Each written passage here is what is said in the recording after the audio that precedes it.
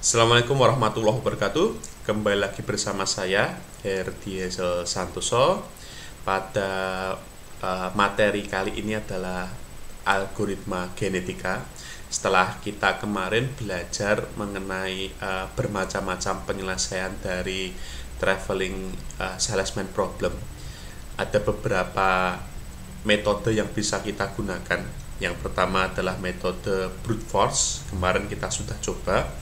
Kemudian metode dynamic programming, dan yang terakhir adalah metode heuristik. Nah, algoritma genetika ini merupakan salah satu dari metode heuristik yang kuat yang sering digunakan untuk menyelesaikan permasalahan optimasi. Oke.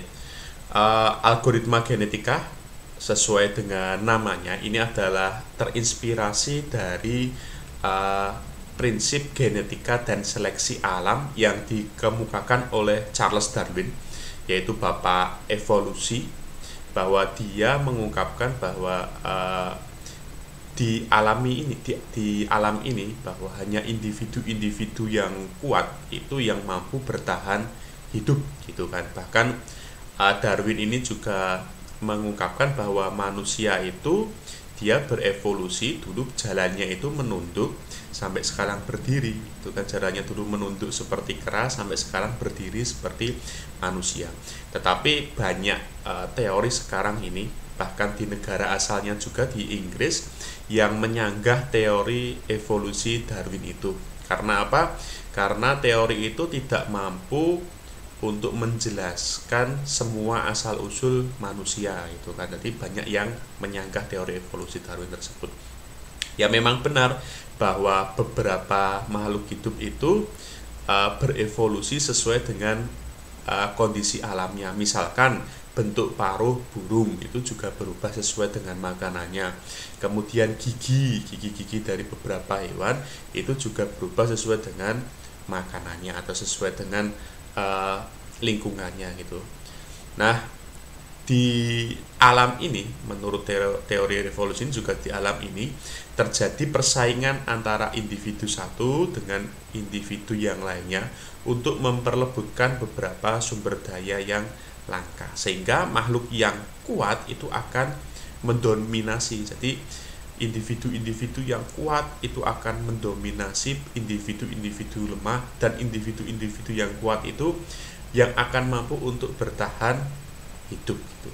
Proses seleksi alamiah ini melibatkan perubahan-perubahan gen yang terjadi seperti yang saya jelaskan tadi ya.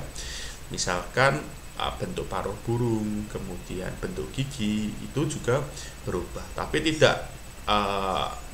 bukan berarti bahwa manusia itu atau makhluk hidup itu sekarang manusia itu dulunya adalah dari yang berjalan menunduk itu seperti kera kemudian menjadi manusia. Bukan seperti itu prinsipnya. Itu. Nah, misalkan gambarnya adalah seperti ini. Ini adalah jerapah. Jerapah dulu awalnya dia lehernya itu sama pendek gitu kan, pendek itu. Nah, dia kalau ceritanya itu kan jerapah itu memakan tumbuh-tumbuhan gitu kan, memakan tumbuh-tumbuhan, dan mereka bersaing untuk merebutkan tumbuh-tumbuhan ini tersebut. Tapi lama-kelamaan sumber daya itu habis gitu kan, habis. Tinggal tumbuh-tumbuhan yang tempatnya itu di daerah tinggi gitu. Nah, individu-individu yang mampu menjangkau makanan-makanan daerah tinggi tersebut itu mereka yang bertahan hidup. Akhirnya karena sering menjangkau makanan di tempat yang tinggi, leher jerapah itu mulai memanjang gitu. Itu adalah bentuk genetika alamiah itu. Nah, algoritma genetika sendiri itu ditemukan oleh seorang ilmuwan bernama John Holland tahun 1975 melalui sebuah penelitian. Kemudian penelitian itu dipublikasikan. Kalau teman-teman nanti mencari publikasinya John Holland itu, setelah itu dipopulerkan lagi atau dikembangkan lagi oleh muridnya John Holland itu yang namanya David Goldberg gitu kan. Kalau mendownload penelitian dari algoritma genetika yang awal-awal itu, ada nanti penelitian dari David Goldberg itu yang awal-awal mengemukakan atau meneliti tentang algoritma genetika itu. Kemudian algoritma genetika ini digunakan untuk menyelesaikan permasalahan-permasalahan optimasi itu yang didasarkan pada evolusi dan genetika alamiah. Nah, setiap masalah yang berbentuk adaptasi alami ataupun buatan itu nantinya dapat diformulasikan atau diubah menjadi terminologi genetika itu. Nanti pada tahap-tahap algoritma genetika itu salah satunya nanti ada tentang formulasi atau pengkodean. Itu pengkodean dari permasalahan yang ada di dunia nyata menjadi formulasi yang dapat diselesaikan oleh terminologi genetika itu nanti.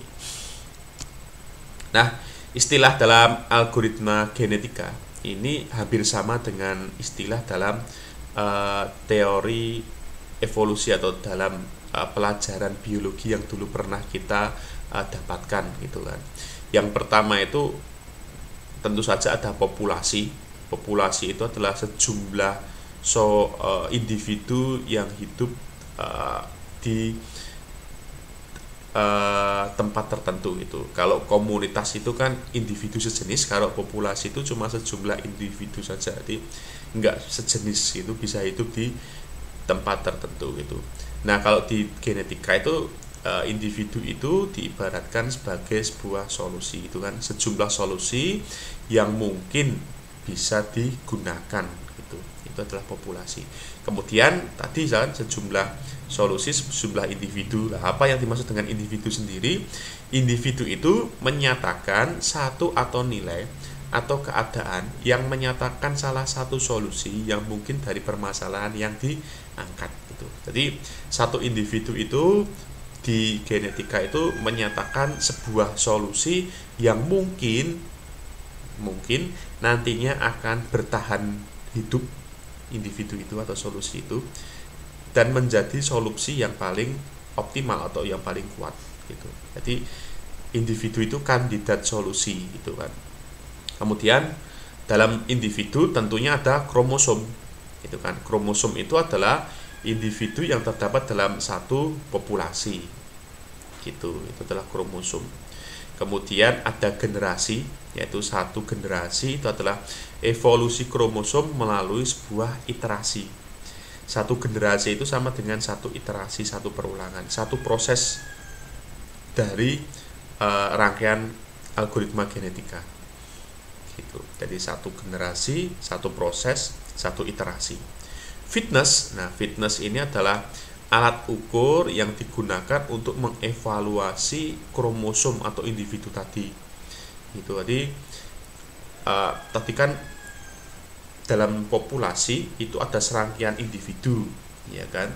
Individu itu yang kuat yang akan bertahan hidup, atau individu itu yang terbaik yang akan digunakan sebagai solusi, gitu kan. Dalam suatu populasi ada individu yang terbaik atau yang terkuat akan digunakan sebagai solusi. Nah, untuk mencari yang terbaik atau yang terkuat itu butuh alat ukur. Alat ukur ini namanya fitness ini. Jadi nanti individu yang mempunyai fitness terbaik itu akan terpilih menjadi pemenang atau akan terpilih menjadi solusi yang terbaik. Itu ya. Itu. Jadi sama seperti teori genetika sebenarnya. Lalu ada offspring atau generasi berikutnya atau anak gitu yang dihasilkan dari orang tua gitu. Jadi offspring itu anak. Individu itu dalam satu generasi bisa memiliki anak gitu kan. Nah, offspring artinya. Nah, anak itu nanti bisa menjadi solusi atau bisa menjadi pilihan solusi lainnya gitu. Itu. Jadi orang tuanya mungkin saja tidak kuat gitu kan, bukan yang terbaik. Lah anaknya ini bisa jadi yang akan kita pilih menjadi solusi yang paling baik. Nah, anak ini dihasilkan kan dari dua orang tua, dari dua gen kan. Lah harusnya atau idealnya adalah anak ini hasil dari percampuran dua gen dari orang tua ini. Nah, prosesnya itu pencampurannya namanya crossover atau operator penyilangan. Itu. Kemudian ketika anak ini dilahirkan atau individu dilahirkan, kemungkinan juga akan mengalami mutasi. Jadi di sini nanti ada juga proses yang namanya mutasi. Nah, kemudian di dalam kromosom itu ada gen. Gen itu adalah sebuah nilai yang menyatakan satuan dasar membentuk suatu arti tertentu itu. Nah, nanti permasalahan dalam algoritma genetika itu nanti harus diformulasikan dalam bentuk gen-gen ini. Nah, gen itu punya nilai. Gen itu kan punya nilai. Di dalam biologi itu gen itu juga punya nilai. Nilainya namanya alele. Itu, alela gitu kan. Nah, jadi dalam teori genetika itu bisa diterapkan dalam algoritma genetika itu kan. Jadi sama nanti. Nah, kalau digambarkan adalah seperti ini. Jadi ada populasi besar. Populasi itu serangkaian solusi yang akan bisa kita gunakan. Kemudian di dalam populasi itu ada individu-individu. Nah, individu-individu ini yang kita maksud sebagai sebuah solusi gitu kan, sebuah solusi. Nah, dalam individu itu ada rangkaian kromosom-kromosom. Individu dalam tubuh kita itu kan terdiri dari bermacam-macam atau berbagai kromosom itu kan. Ini kromosom-kromosom. Nah, di dalam satu kromosom ini ada gen-gen yang diwariskan dari kedua orang tua kita. Itu kan nilai dari gen ini yang namanya alela. Itu ya. Ini representasi dari proses algoritma genetik. Ada populasi itu, terus ada individu-individu, kita, teman kita, kemudian keluarga kita dan lain sebagainya. Ini individu-individu ini. Individu ini kan sebuah solusi. Nah, di dalam individu ini itu ada kromosom-kromosom. Di dalam kromosom dibentuk dari gen-gen, dan gen itu punya alela. Kalau di sini nilainya misalkan 1 gitu, nilai alela itu kan 1 gitu. Nah, itu ya teman-teman, ini ilustrasi dari algoritma genetika atau teori genetika adalah seperti ini. Nah, ini ilustrasi lain kita sering lihat kan di TV-TV atau di film-film itu, bahwa kita itu terbentuk dari kromosom-kromosom.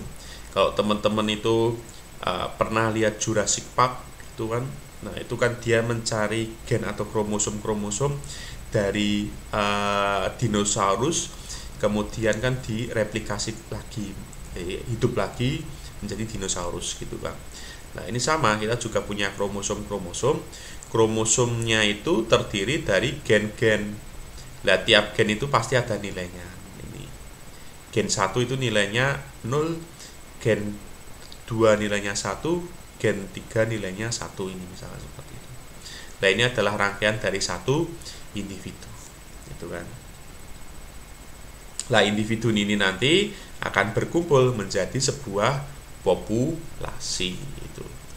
Nah, contoh individu misalnya di dalam traveling salesman problem, individu itu bisa menyatakan jalur yang ditempuh dalam penentuan nilai optimumnya itu kan. Nah, misalkan pada gambar berikut ini gambar rangkaian jalur TSP ini. Nah, individu itu serangkaian jalur ini. Jadi 1, 3, 5, 7, 6, 4, 2 itu adalah satu individu. Terus ini juga 1, 2, 3, 6, 7, 5, 4 ini juga satu individu. Jadi individu ini adalah sebuah jalur yang dilalui ketika seorang sales itu berkunjung itu adalah satu individu. Nah, 2, 1, 3, 4 itu adalah gen. Ya. 7, 6, 5 itu namanya adalah satu gen. Itu. Nah, nanti kan setiap jalur itu punya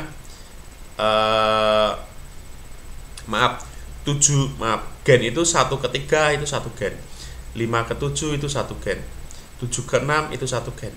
Gitu kan. Nah, setiap gen itu nanti punya nilai, punya bobot kan, punya jarak, punya waktu. Nah, bobotnya itu yang namanya alela. Gitu. Oke, permasalahan yang membutuhkan algoritma genetika itu ada bermacam-macam. Yang pertama itu adalah permasalahan yang mempunyai ruang pencarian yang sangat besar, kompleks, atau kurang dipahami.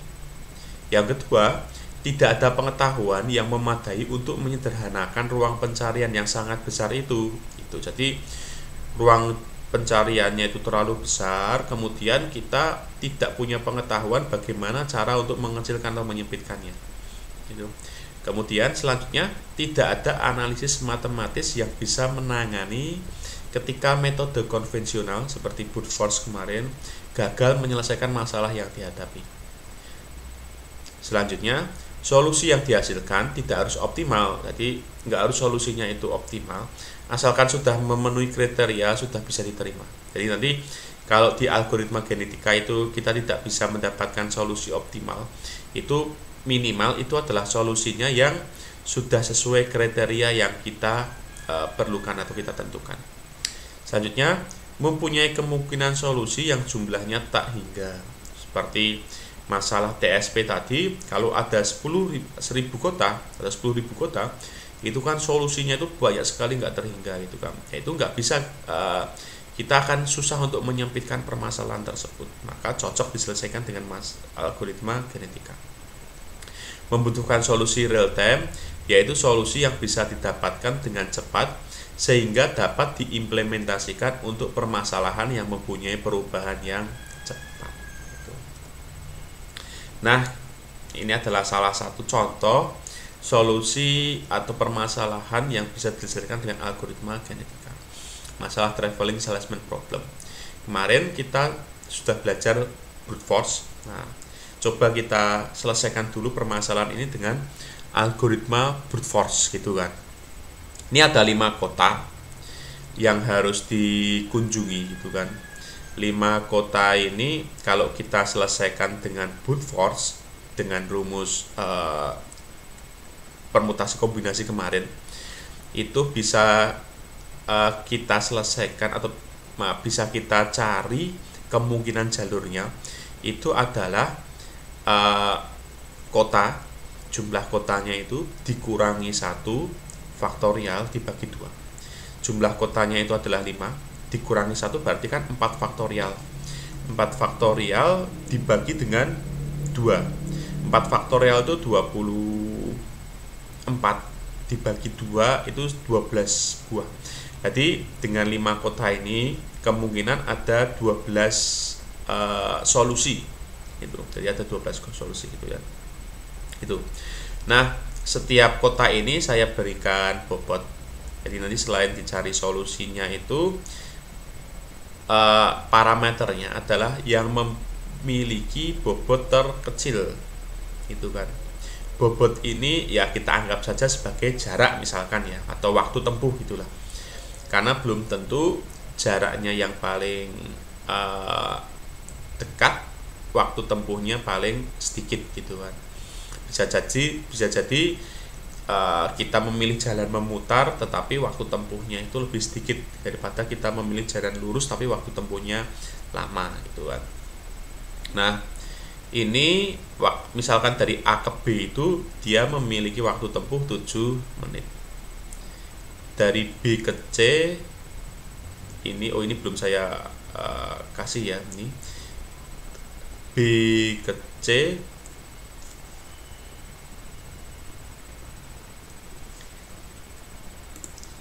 B ke C 7, kemudian D ke E, C ke D 4, D ke E 6, E ke A 9. Tuh. dan yang lainnya sesuai dengan waktu tempuh atau bobot waktu tempuhnya itu. Nah, misalkan titik asal kita itu kita mulai dari titik A gitu kan. Dari titik A kita akan berjalan menelusuri semua node atau semua kota dan kembali lagi ke A. Nah, kita cari waktu tempuh yang paling pendek, yang paling sedikit. Dengan menggunakan metode brute force, kita bisa bangkitkan semua kemungkinan gitu kan, dari 1 sampai dengan 12. Misalkan untuk kemungkinan pertama itu ada lintasannya dari A ke B, B ke C, C ke D, D ke E ke A. Atau bisa juga kita balik, A ke E ke D, D ke C, C ke B, B ke A gitu. Karena kan simetris gitu kan. Nah, itu panjang lintasannya itu kita bisa hitung. A ke B itu 7, B ke C itu 7, C ke D itu 4, D ke E itu 6, E ke A itu kembali lagi 9. Jadi totalnya itu adalah 33. Atau gampangannya kita sebut 33 menit gitu kan. Dalam menit gitu kan. Kita akan mencari waktu tempuhnya. Yang kedua itu A ke B, B ke C, C ke E ke D, D ke A. Atau A ke D, D ke E ke C, C ke B, B ke A. Itu total itu 32 menit gitu, misalnya seperti itu. Oke, dan seterusnya sampai ke 12 yaitu 37 menit totalnya gitu. Nah, dari sini kita sudah punya 12 kemungkinan, 12 lintasan ya. Itu kita cari yang paling kecil gitu. Yang paling kecil itu adalah lintasan keempat, dari A ke B, B ke D, D ke E ke C, C ke A. Itu totalnya itu adalah 23. Jadi kesimpulannya adalah lintasan yang memerlukan, kalau di sini jarak ya, tadi kita waktu, yang memerlukan waktu paling pendek itu adalah 4, yaitu 23 menit gitu. Atau kalau kita mau jarak juga nggak masalah lah. Ini kalau kita ingin jarak juga nggak masalah. Itu jaraknya yang paling kecil itu adalah 4, 23 menit. Yang penting yang kita cari adalah nilai bobot paling kecil gitu kan.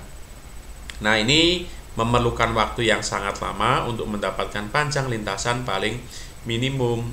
Jika N itu bernilai sangat besar, misalkan 100, 1000, itu maka berapa lintasan yang harus kita jabarkan kalau menggunakan metode brute force seperti ini, ya kan? Itu. Nah, bagaimana algoritma genetika menyelesaikan masalah traveling salesman problem ini? Nah, kita akan ngulik atau akan bahas pada kesempatan selanjutnya ini. Jadi teman-teman bisa belajar dulu untuk video yang pertama ini, mengapa kok kita memerlukan algoritma genetika dan kenapa permasalahan yang besar itu harus kita selesaikan dengan algoritma genetika itu. Terima kasih. Wassalamualaikum warahmatullahi wabarakatuh.